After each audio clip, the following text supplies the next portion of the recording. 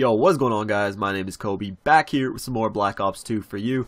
And today we're going to be taking a look at the Select Fire attachment and the weapons that I personally like to use Select Fire on. So as you guys probably know, Select Fire is available as an attachment for both the assault rifles and SMGs.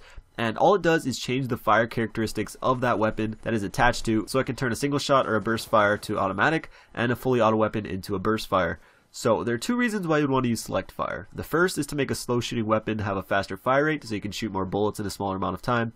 Or two, slow down the fire rate to make a weapon more accurate. Now there are some slight exceptions to this rule, but those two reasons that I stated are basically the reasons why you'd want to use the Select Fire attachment. Now just because Select Fire can change the fire attributes of a weapon, that doesn't necessarily mean it will make it better. Majority of it does come down to personal preference, but for most weapons, it's pretty obvious when Select Fire would not only be useless, but actually be a counter effective. So I'm going to share with you guys some weapons that I personally like Select Fire on, and weapons that actually benefit from it. So to start off, I want to talk about the SMGs. So like I said earlier, the SMGs do have the Select Fire attachment as an option, but in my opinion, it is pretty much useless and will hurt you more than it will help you.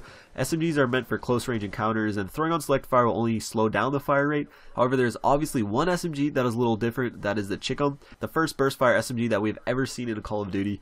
And this gun wouldn't be a bad choice to use Select Fire on, but I don't think you really need it. The Chicom shoots pretty fast without it already, but again, it wouldn't be a terrible choice. But the assault rifles is where the Select Fire actually becomes a worthy attachment of using. There are two weapons that I find that work really well with Select Fire, and those are the ones I'm going to be quickly going over with you. But before I start, I want to make it clear that just because I say something can be effective doesn't necessarily mean you're going to like using it, or even that I personally use it. Select Fire is a completely personal preference attachment, but what I'm going to be doing is sharing some weapons that can become more effective in certain ways by using the Select Fire attachment, so I just hope that's clear.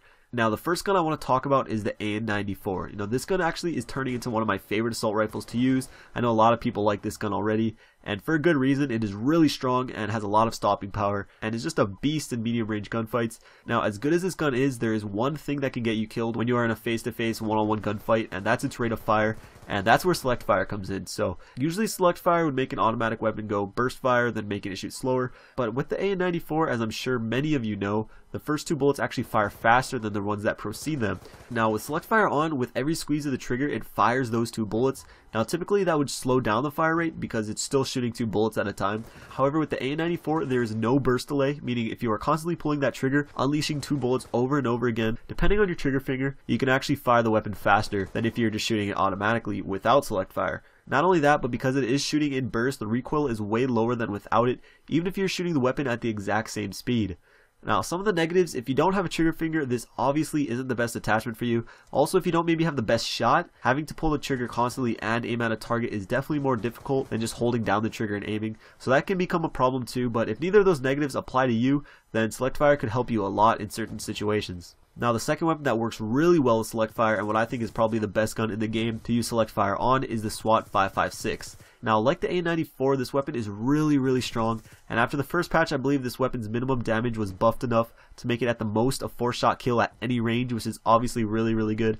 However, also like the AN-94, it has a really slow fire rate, not only because it's a burst weapon, but because of the burst delay, that time in between the bursts. It makes it terrible for close range and less than stellar for medium. You pretty much need to hit the first burst in a gunfight or you're pretty much dead, which is why Select Fire is so helpful on this weapon. With Select Fire, the fire rate goes up to something comparable to like the MTAR or the M27. However, like I said, those bullets are really strong. So with Select Fire, the SWAT probably turns into one of the most effective medium range guns in the game. Now of course there are some negatives, the biggest being the decrease in range and your accuracy when shooting long range. But of course with Select Fire you can switch back at any time if you have to hit a couple bursts long range, and I think that's a really awesome feature of this attachment. You're not just stuck on one fire mode, you can switch back and forth at will. So what do you guys think about this attachment in general? Do you guys use it? Would you use it? And if you do, what weapons do you like to use it on and why? I'd love to hear what you guys think.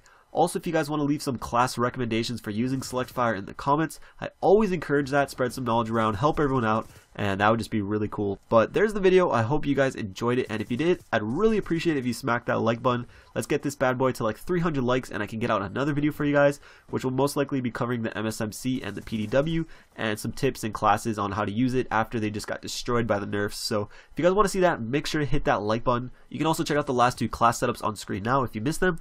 Thank you guys for watching, and I'll see you guys later. Peace.